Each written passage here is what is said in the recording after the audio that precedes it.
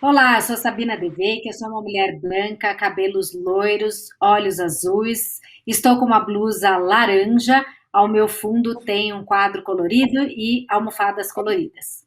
Rivka, você. Oi, eu sou a Rívica, sou uma menina branca com 13 anos, tenho cabelos loiros, tenho um piercing na sobrancelha, tenho um aparelho nos dentes e visto uma blusa amarela. E atrás de mim tem uma janela com a natureza, com as plantas e uma mesa de estúdio. Então, olá, eu sou a Ana, tenho 23 anos, sou uma mulher branca, tenho cabelo castanho com uma franjinha, uso óculos, estou com uma camisa, na verdade, branca com umas pintas pretas padrão mais ou menos de chita, e atrás de mim tenho uma parede com um quadro, e é isso. Muito bom, gente. Então vamos começar nosso papo. O nosso papo hoje é sobre a geração Z. Vocês duas são da geração Z. A Rivka tem 13 anos, Ana Lomba tem 21 anos. Eu sou da geração X, eu tenho 47 anos. E o nosso papo tem o tema, para além da expressão cringe, por que a gente tem que falar sobre a geração Z? Geração Z tão importante. Então, para a gente começar, eu vou só apresentar um pouquinho vocês, mas eu quero escutá-las também. Primeiro, eu vou me apresentar. Eu sou a Sabina Deveik, eu sou futurista, caçadora de tendências, sou coach ontológica, palestrante, educadora, trabalho com a imaginação de possíveis futuros. A Ana Lomba é portuguesa, ela tem 21 anos, ela é estudante de Direito, ela é presidente do programa de liderança feminina Women to Women, Portugal. Mas eu quero que ela fale mais sobre a trajetória dela, que é incrível. A Rivka tem 13 anos, ela é carioca, ela nasceu na Noruega, ela é um fenômeno da cena eletrônica, a produtora mais jovem do mundo. Ela é também vegana, ativista e palestrante. Então, para começar esse papo, eu quero dizer que eu estou honradíssima, porque a gente fez um Zoom prévio com essas duas meninas e eu fiquei completamente estupefacta. Eu falei, gente, se com 13, 21 anos eu tivesse a cabeça dessas meninas, eu já teria mudado o mundo. E eu realmente acredito que a geração G veio chipada, gente. Ela veio com outro chip na cabeça e realmente essa é a geração que vai mudar os nossos futuros. Então, para que elas possam se apresentar um pouquinho mais, Ana, fala de você um pouquinho, todas as coisas que você já fez, porque a sua trajetória é incrível. Vamos lá. Boa, obrigada, Sabina. Então, só para. Claro, eu já tenho 23 anos, já não tenho 21, gostava muito, mas já são 23. Então, basicamente, falando um bocadinho da Women to Women, aquilo que nós fazemos, tudo começou em 2017, quando eu fui nomeada pela Embaixada dos Estados Unidos cá em Portugal a ir 10 dias aos Estados Unidos, em Boston, participar na Women to Women, um programa de liderança internacional. Eu tive em contacto com mais de 100 meninas de todo o mundo, mais ou menos dos 15 aos 19 anos, e éramos mais de 30 países, todas juntas, num espaço, não é? De muita multiculturalidade, muita aprendizagem também. E foram 10 dias de treino intensivo de liderança em universidades como Harvard, por exemplo, e Babson College também. E a partir daí, no final desses 10 dias, cada menina tem que apresentar o seu plano de ação para apresentar, para desenvolver, quero dizer, no seu país de origem, no meu caso é Portugal, e acabou por culminar na criação de um programa nacional, foi um dos primeiros programas nacionais da Women to Women cá em Portugal. Portanto, juntei uma equipa em 2018 de 15 meninas e jovens mulheres e desenvolvemos o nosso primeiro programa de liderança com 75 meninas de Portugal, dos 16 aos 21 anos, durante 5 dias em Lisboa, em setembro de 2019. Portanto, foi uma jornada muito grande, de muito trabalho para conseguir fazer e pronto, conseguir todos os recursos para conseguir concretizar este programa cá em Portugal e trazer esta oportunidade de participar e fazer parte desta comunidade internacional a mais raparigas, meninas, quero dizer, portuguesas. E pronto, basicamente a Women to Women é isso. Além disso, eu também participo noutros programas, também internacionais, como por exemplo a Unite 2030. A Unite 2030 é uma ONG focada nos 17 Objetivos do Desenvolvimento Sustentável da ONU. O trabalho que nós fazemos é, juntamos todos os anos 75 participantes de todo o mundo, que trabalhamos em equipas separadas para criar campanhas e aprender também mais e desenvolver as nossas capacidades de liderança, mas acima de tudo é tudo muito focado na ação para os 17 Objetivos. E é isso, é fazer o mundo melhor e deixar o mundo melhor do que aquele que nós encontramos. A Unite 2030 funciona em parceria com a Fundação das Nações Unidas, portanto também fazemos parte de uma comunidade muito extensa e de muitos ativistas a nível mundial. E pronto, de resto, todo o ativismo que é feito cá em Portugal é feito através principalmente da Women to Women, mas claro que participo sempre em outras campanhas nacionais e é basicamente esse o meu trabalho por aqui.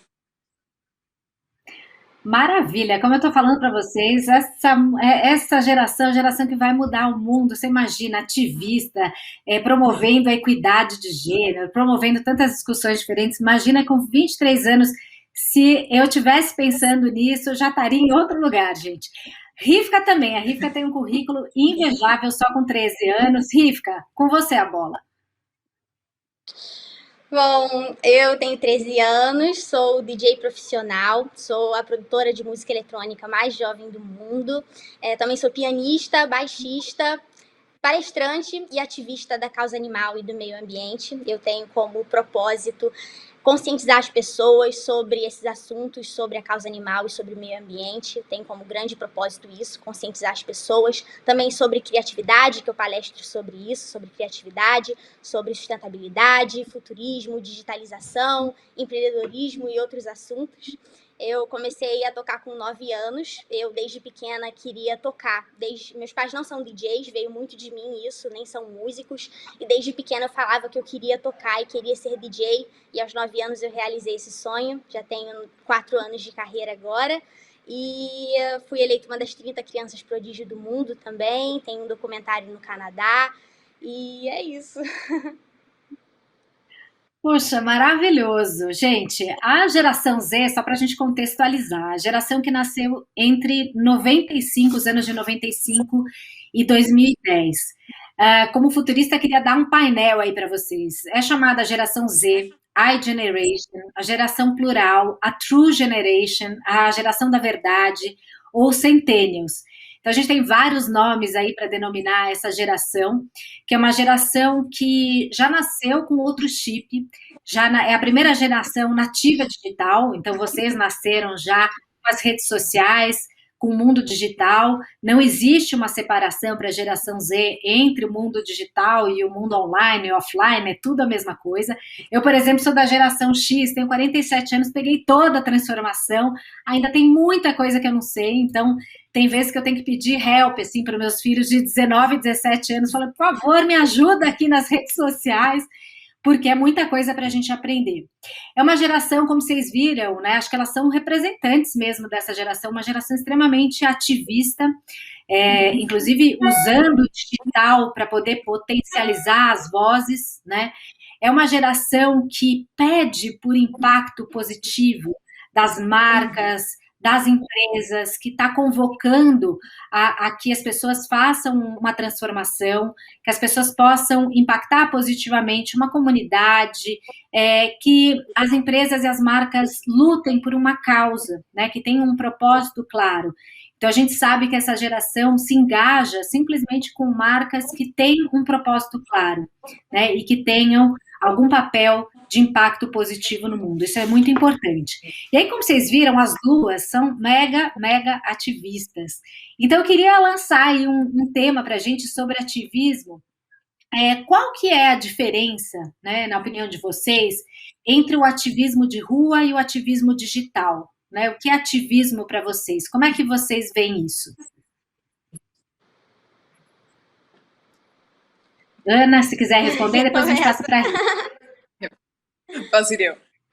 Então, eu acho que o ativismo hoje já não é só na rua, não acontece só na rua, começando já pela diferenciação. As manifestações, a ação coletiva, hoje em dia já reduzir o conceito de ativismo ao ativismo de rua parece-me, pelo menos, um pouquinho redutor, porque hoje, principalmente em contexto de pandemia, as pessoas não se podem mobilizar tanto a nível coletivo e presencialmente como podiam antes, mas mesmo antes, o digital veio trazer uma porta de muitas oportunidades e de criar canais novos de comunicação e de aprendizagem, de passar as mensagens que anteriormente, anteriores às nossas, não tinham. Portanto, criamos novas formas de participação política também, através dessa comunicação, apesar de não ser formal, porque não está dentro do sistema, mas essa mobilização acontece e eu acho que é muito importante referi-la. Mas não só o ativismo digital, como o ativismo de rua existem. Eu ainda criava outro tipo de ativismo, por exemplo, ligando àquilo que nós fazemos na Women to Women. É um trabalho de capacitação, um trabalho de terreno. Isso também é ativismo. O trabalho das associações, principalmente as associações juvenis também, que eu acho que temos que dar também mais palco a esse tipo de ativismo, que é trabalho de terreno. É muito importante referir a importância do impacto que esse trabalho tem, porque aí é que nós conseguimos medir melhor o impacto. Claro que nas redes sociais temos um algoritmo e temos dados de engagement e etc., mas não sabemos realmente qual é o impacto que nós temos, pronto, nesse tipo de ativismo, não é? Mesma coisa com o ativismo de rua. Nós temos pessoas que se juntam em manifestações, mas muitas vezes fica pela manifestação e não vai além. Portanto, não deixa de ser ativismo, mas eu acho que a diferença entre os vários tipos de ativismo é essa, é a forma como depois o impacto perdura no tempo. Todos importantes, mas diferentes, na minha opinião. Beleza, Rivka, como é que você faz o seu ativismo? Em que você acredita? E como é que você usa as redes sociais? Porque eu sei que você é bastante ativa, né, nas redes sociais. E como as redes sociais, né, o digital te ajudou, né, a poder chegar à tua voz, a um público maior. Me conta um pouquinho. Bom, eu uso as minhas redes sociais, né, como você falou, para compartilhar informações com as pessoas. Primeiro que o primeiro start, assim, de eu ser ativista foi logo com o digital, porque foi quando eu me tornei vegana. Eu me tornei vegana depois de ver vídeos acidentalmente no Instagram do que acontece por trás das indústrias e fiz a melhor mudança da minha vida. E depois dessa mudança, eu sabia que era hora de eu usar a minha música, usar o que eu fazia para compartilhar isso com as pessoas, o que as pessoas não sabiam, né? E conscientizar as pessoas. E eu uso as minhas redes sociais, faço lives, faço vídeos. Como a Ana falou, é incrível o poder que o digital tem, né? Sem limitações para a gente atingir pessoas, é incrível. E para mim, ativismo, eu queria até fazer um questionamento aqui, o que é ativismo para vocês? Para mim, é ativar pessoas. Você não precisa ser uma pessoa influente que participa de grandes campanhas ou de grandes movimentos. Para mim, ativista é aquela pessoa que simplesmente ativa pessoas ao seu redor, que compartilha as informações, tenta conscientizar as pessoas ao seu redor sobre alguma causa, algum propósito. Para mim é isso. O que é para vocês o ativismo?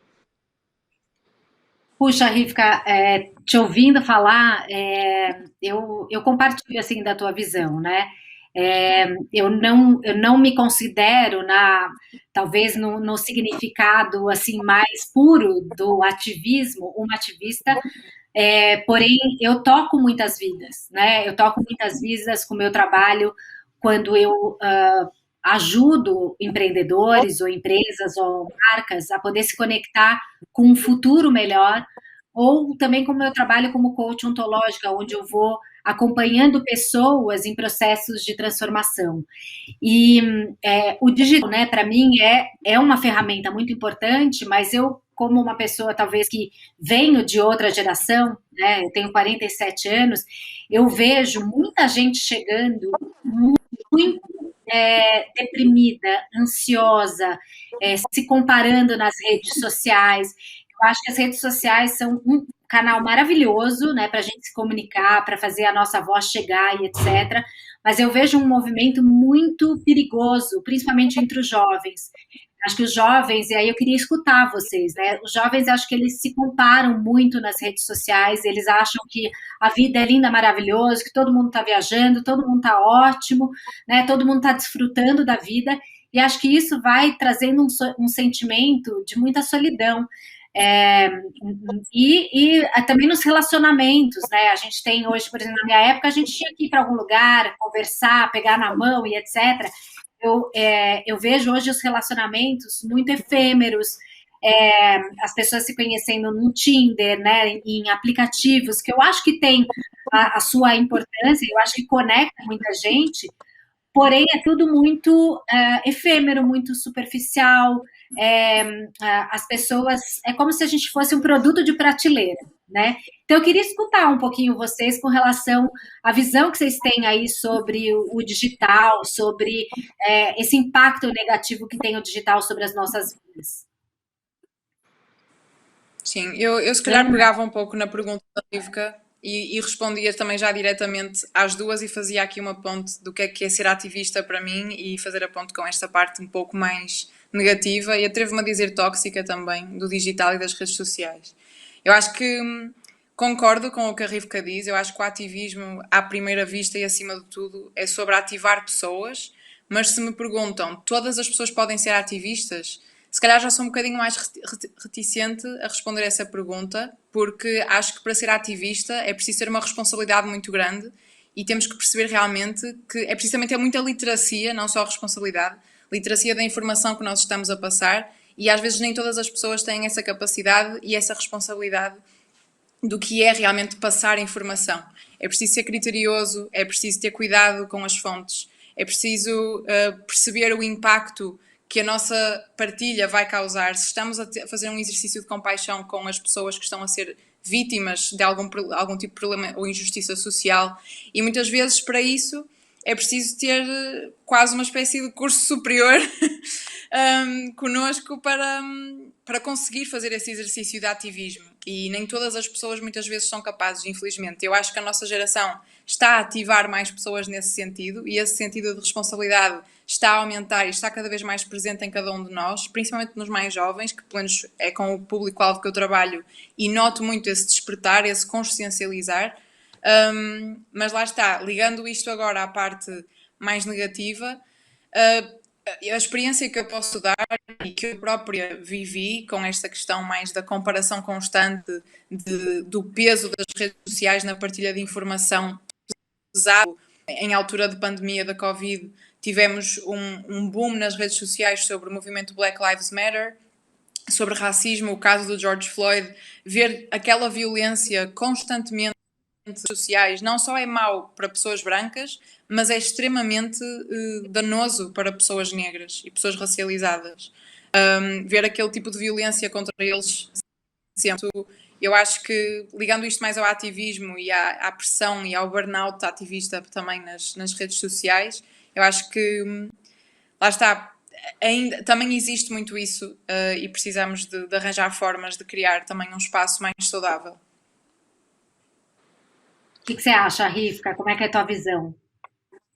Eu concordo plenamente. Eu também acho que tem muita responsabilidade quando você vai ativar outra pessoa, né? Você deve ser responsável no que você está falando, no que você está passando, porque também se você estiver passando uma fake news, né, uma notícia que não é verdade, uma informação que não é verídica, também o impacto vai ser negativo. Então, sempre deve ser positivamente. Eu sou muito a favor das pessoas ativarem umas às outras, mas lógico, positivamente e com responsabilidade, porque senão o impacto será negativo.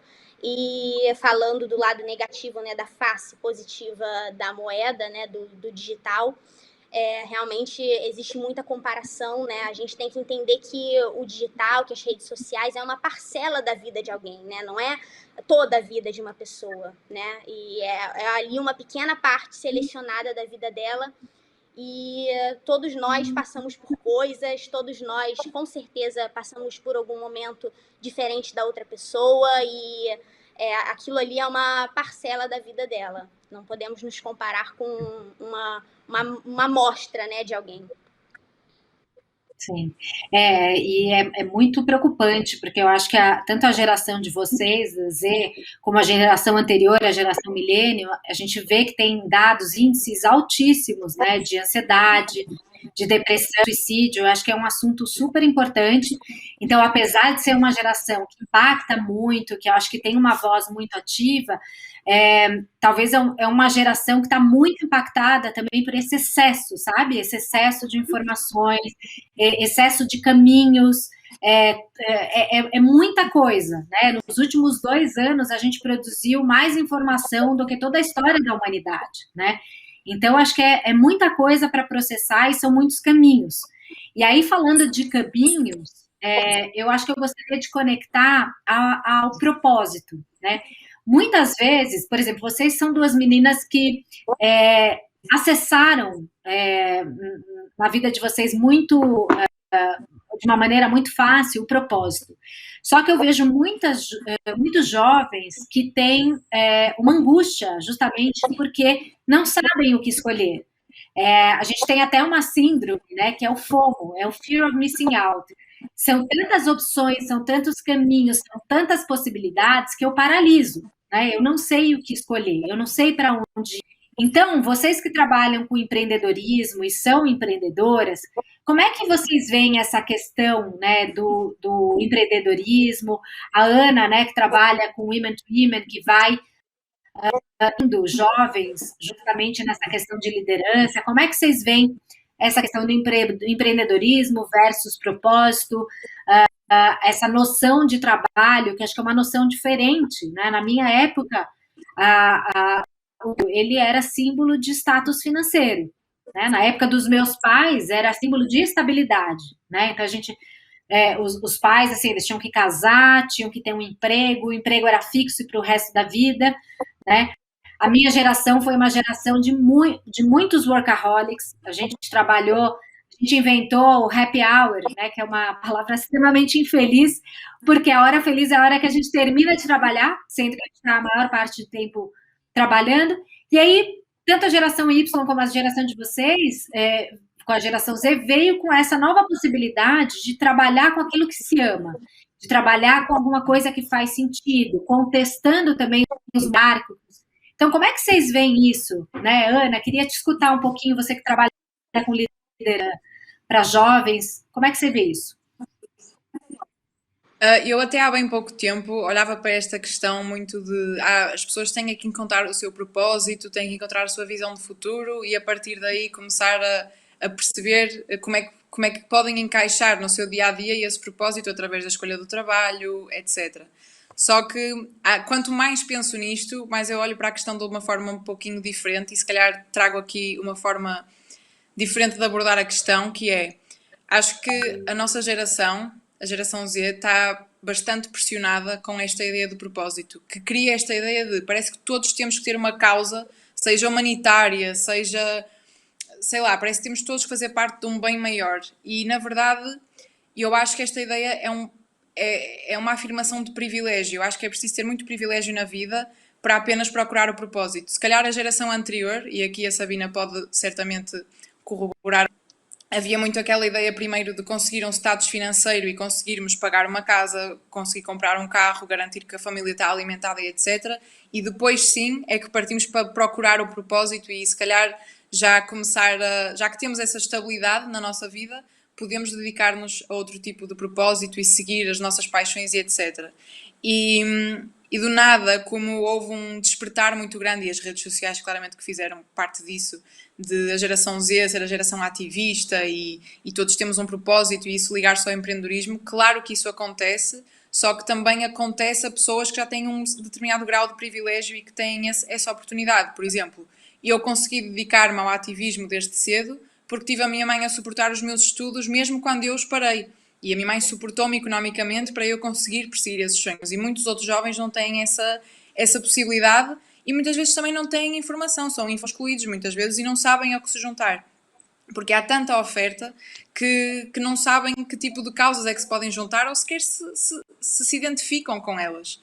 E eu acho que às vezes nós olhamos para o propósito como este objetivo único que temos que atingir na nossa vida, quando se calhar seria um bocadinho mais saudável no nosso dia a dia implementar um bocadinho das nossas visões e das nossas paixões no nosso trabalho, naquilo que temos, porque nem tudo é bonito, nem tudo é visão floreada da vida, que vamos fazer todos parte de um bem maior e etc. Se um millennial ou uma pessoa da geração Z disser não, eu neste momento não tenho as competências e os recursos para me dedicar a um propósito e às minhas paixões, eu neste momento só quero ter comida na mesa, é perfeitamente válido também. E agora, claro que isto ligando só ao empreendedorismo, acho que veio esta ideia de propósito e de paixão no trabalho, trouxe uma coisa muito boa, que é a responsabilidade social para as empresas e para o Estado também, mas principalmente para a parte privada, porque o Estado já tem o seu próprio mecanismo de garantia, não é? O privado nem tanto. E esta responsabilidade social que a nossa geração começa a exigir cada vez mais, exigimos mais prestação de contas. Se realmente a sustentabilidade que uma empresa, por exemplo, afirma, o nosso produto é sustentável. O produto é realmente sustentável ou é só biodegradável? Porque as coisas são diferentes. Portanto, às vezes as empresas têm estes conceitos para se afirmarem e se posicionarem no mercado apelativo à geração Z e muitas vezes não corresponde. Portanto, nós também temos que ter esse sentido crítico e acho que a nossa geração tem esse sentido crítico e procura cada vez mais sítios para trabalhar onde possa realizar as suas paixões diariamente. Legal, ótimo. Você falou uma coisa super interessante, né, que é trazer uma outra perspectiva, né, para o propósito. O propósito não é um destino final, ele é um caminho, né? Ele é um processo.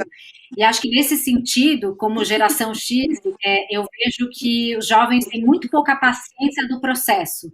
Então, receitas rápidas, respostas rápidas, né? Quer dizer, eu quero tudo para ontem. Só que tem coisas que têm processo, né? E o nosso propósito de vida, ele é um processo em constante mudança. Eu posso até ter um talento, eu posso ter algo que a minha essência, ela pode ir se manifestando ao longo da vida de várias formas. Ela fala com a minha essência, mas eu vou manifestando de várias formas. Então pode ser que agora eu esteja fazendo, eu seja DJ, que eu seja, mas talvez lá na frente eu tenho a minha essência e vou expressá-la de outra forma. Como é que você vê isso, Rivka? Eu concordo plenamente. Na minha visão, propósito é um caminho, é algo de constante mudança e que deve ser mudado, porque em diferentes fases da vida a gente tem diferentes visões e diferentes objetivos, então é algo que deve ser mudado, um sentido para a sua vida. E é um processo de autoconhecimento, de expansão de consciência. Às vezes a gente fala, você deve ter um propósito, como se fosse algo simples, assim. Escolha um propósito para você seguir, mas deve ser algo pensado, que você muda, que você escolhe muda para outro, dependendo de como a sua vida tá, sabe? Para mim é algo de constante mudança, constante evolução e que você vai materializando ao longo da vida, sua essência, seu potencial ao longo da vida. Eu concordo plenamente. E você falou uma hora de muitas possibilidades, né? E às vezes isso é negativo para os jovens, porque temos muitas possibilidades, os jovens ficam ali, o que eu faço? O que eu vou trabalhar? Eu vou empreender?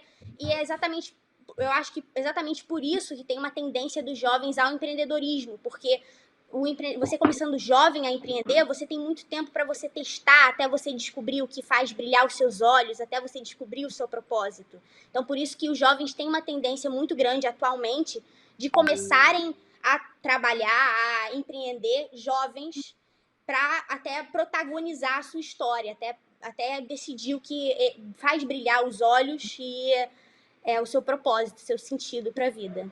Eu acho justamente por isso que a gente tem uma tendência a começar cedo hoje em dia.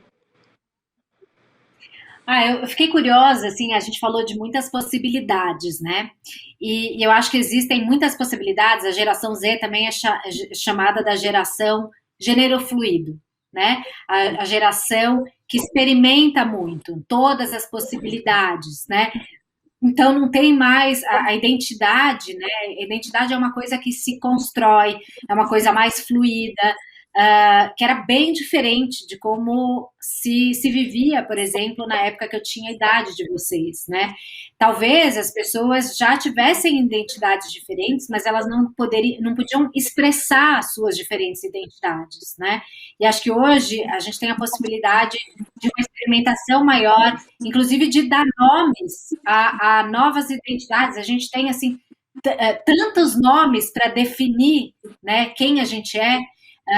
coisa que não existia antes, né? Então, eu queria escutar, assim, o que vocês acham, né, dessa questão do gênero fluido, dessa experimentação, como que é para vocês viver dentro dessa nova realidade, que para vocês é uma realidade e que para mim é uma coisa que eu olho às vezes da janelinha, vendo acontecer, porque eu não vivi isso.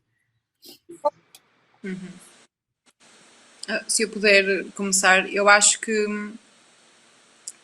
hoje, eu costumo dizer uma coisa que eu acho que se aplica a tudo, mas especialmente a questões de justiça social, que é a linguagem importa e a linguagem é política também. E nós, sem sabermos definir aquilo que somos, por palavras e coisas acessíveis, uma linguagem acessível, ficamos com a nossa história de certa forma apagada, porque se nós não nos sabemos definir, não sabemos quem somos. Temos uma ideia, mas não conseguimos utilizar a linguagem para nos expressar. E é a linguagem que move o mundo, não é? Portanto, eu acho que a nossa geração, isto já tem vindo, sim, um trabalho de gerações anteriores até agora, mas eu acho que agora a nossa é que está a viver mais esta a nível de género, e eu acho que isso é extremamente importante porque conseguimos criar espaços de diálogo e de convivência mais inclusivos e também criar mecanismos de representação e fazer com que todas as pessoas, independentemente, por exemplo, da sua orientação sexual ou da sua identidade de género, a sua identidade sexual, possam sentir-se representadas, por exemplo, nos decisores políticos e nas decisões políticas também, nos processos, poderem votar em candidatos que representam as suas visões e termos realmente uma representação que só traz felicidade a todos nós, não é? Quando todos estamos representados, os problemas têm soluções muito mais eficazes, porque têm as várias perspectivas e, portanto, eu acho que isso é extremamente importante. Mas eu, como não faço parte da comunidade LGBTQI+, eu também não posso dar muito mais a experiência própria porque não a tenho. Agora, aquilo em que eu trabalho a nível de feminismo e igualdade de género, eu sinto que é importante referir que eu acho que ainda existe uma aversão muito grande, por exemplo, à palavra feminismo. Associa-se ainda muito àquela revolta e mulheres a quererem ser mais que homem e etc. E eu sinto que essa visão é completamente ultrapassada e realmente nunca existiu. Eu acho que é simplesmente o medo que as pessoas mais privilegiadas, nomeadamente homens, alguns homens, sentem em relação a verem mulheres a conseguirem ser emancipadas. Mas eu acho que, acima de tudo, a mensagem que eu quero passar aqui é que o feminismo não é uma equação de subtração, não é por as mulheres terem mais garantias e mais direitos que os homens vão ter menos, é sim uma equação de adição em que todas as pessoas ganham e queremos que todas as pessoas sejam tratadas iguais e que consigam aceder a oportunidades de forma igual e de forma mais justa. É maravilhoso. Inclusive, nos estudos de futuros, a gente diz que o futuro é feminino. Não no sentido de gênero, mas no sentido de valores. Até agora, a gente viveu um caminho que era muito pautado sobre os valores do masculino, né? Isso não tem a ver com homem e mulher, mas tem a ver com o masculino e o feminino que todos nós temos dentro. E esse arquétipo do masculino que a gente viveu era um arquétipo do resultado a qualquer custo, né? Você passar que nem um trator, das empresas realmente focarem só no lucro, né? E esse sistema, né, de valores focados só no resultado trouxe muitos sintomas para a nossa sociedade, né? A nossa sociedade está doente, está ansiosa, está deprimida, a gente tem questões ambientais gravíssimas, a próxima pandemia talvez seja uma questão aí ambiental, a gente só tem 10 anos para consertar todo o mal que a gente fez para o meio ambiente, e agora está sendo requisitado outros tipos de valores que a gente chama de valores femininos, que é a intuição, é a colaboração, é a nossa criatividade, é a nossa capacidade de escuta, a nossa empatia, né, que são todos valores ditos femininos, né? Então, o que você acha, Rivka? A gente entra, você acredita que a gente está entrando nessa era de valores femininos que não tem a ver com o gênero, mas tem a ver com a forma da gente agir no mundo? Como é que é isso para a sua geração? Você como uma pessoa que nasceu, né, você é da geração Z, tem 13 anos, tem um caminho pela frente. Como é que é o futuro para você? Para mim, o futuro é humano, é isso mesmo dos valores femininos, mas na verdade valores de todos, né? Eu acho que a gente vai voltar a ser humano realmente, com a quarta revolução industrial e máquinas substituindo os seres humanos, né? Segundo estudos de Oxford, em apenas 30 anos, mais de 50% dos trabalhos desaparecerão. Então, todos os trabalhos estão sendo impactados já e vão ser mais ainda, advogados, médicos, vão ser substituídos por máquinas, e esse vai ser o momento da gente voltar à nossa essência, voltar para a criatividade, para a imaginação, para a intuição, todas essas características humanas, né? A gente vai ter que voltar a ser humano, com certeza. E os jovens, eles naturalmente já são mais seres humanos, porque eles estão menos padronizados, né? A gente nasce e vai sendo botado em uma caixa enquanto a gente vai crescendo. Então, o jovem, ele tá mais fora da caixa do que o adulto. Então, o jovem, naturalmente, ele é mais criativo, ele é mais imaginativo, ele é mais questionador. Todas essas características que nós vamos ter que rebuscar e alimentar, né? Então, o jovem, ele já é mais criativo, imaginativo, e os jovens atuais têm essa tendência natural, hoje em dia, de ter essas características, de cultivar essas características por necessidade, porque no futuro esse vai ser o necessário para trabalho, para a vida, ser humano. E é bom a gente já resgatar agora, né? Muito bom. E aí eu queria, já indo para a gente um pouco o final, assim, vocês como a geração que está mudando a forma de trabalhar, a forma de consumir, a forma de se relacionar, a forma de fazer ativismo, de demandar das empresas, das marcas, valores, impacto social e ambiental. Vocês é que estão fazendo, que estão demandando um mundo mais plural e diverso. Eu queria que cada uma deixasse aí uma mensagem, um pensamento, né, que tem a ver com essa construção de futuros a partir da visão de vocês. E depois eu coloco aqui a minha visão como geração X, mas eu quero dizer que eu me sinto bastante influenciada pela geração Z. Eu tenho 2 filhos da geração Z, então eu sou bastante influenciada da geração Z. Eu não me considero um protótipo da geração X. Eu estou bem misturada já com novos comportamentos. O que vocês queriam deixar, Ana, para começar você? Eu, ao pensar no futuro, eu acho que qualquer jovem hoje, e adulto também, se vai relacionar com isto, eu cada vez mais tenho sentido o que se chama ecoansiedade, por exemplo, a minha grande preocupação pelas questões ambientais, e a Rivka, esta é a área dela também, e acho que ela pode também dar uma chega sobre o assunto, mas eu acho que a minha mensagem é que o nosso grande problema a enfrentar neste momento são as alterações climáticas, e nós, sem combatê-las e arranjar formas e estilos de vida que se adaptem às necessidades que o nosso planeta precisa neste momento, não vamos ter mais nada. Não há mensagem bonita que possa passar neste momento, porque temos um problema e uma emergência climática que não está a ser tratada como uma crise como deve ser tratado. Portanto, eu acho que a minha mensagem é esta acima de tudo, já que tenho estes 30 segundos para falar, dizer que o ativismo que precisamos hoje em dia relaciona-se muito com as questões ambientais, e as questões ambientais relacionam-se depois com tudo, com racismo, com a igualdade de género, com a distribuição de riqueza, relaciona-se com todos e mais quaisquer problemas. Portanto, este é o grande problema da nossa geração, e acho que devemos fazer pressão sobre os nossos decisores políticos, fazer ações diárias também, se bem que, pronto, as ações individuais, por muito que tentemos fazer em coletivo, as grandes indústrias é que acabam por tomar a grande parte da poluição que temos, infelizmente. Mas eu acho que se todos podemos ter uma ação a tomar, acho que devemos começar por aí. E essa é a mensagem que eu quero deixar. Gente, por favor, pessoas que são líderes, que têm o poder de decisão, vamos embora, vamos mudar esse futuro. A gente tem pouco tempo para que a gente possa construir um futuro que a gente, inclusive, possa viver, né? Porque se a gente tiver aí todos esses impactos, a gente não vai ter futuro. Rivka? Claro. Como a Ana falou, né, que tudo está conectado, né? A causa ambiental também é o racismo, é o feminismo, tudo está conectado. Eu acho que uma grande lição dessa pandemia para todos foi que nós somos uma coisa só.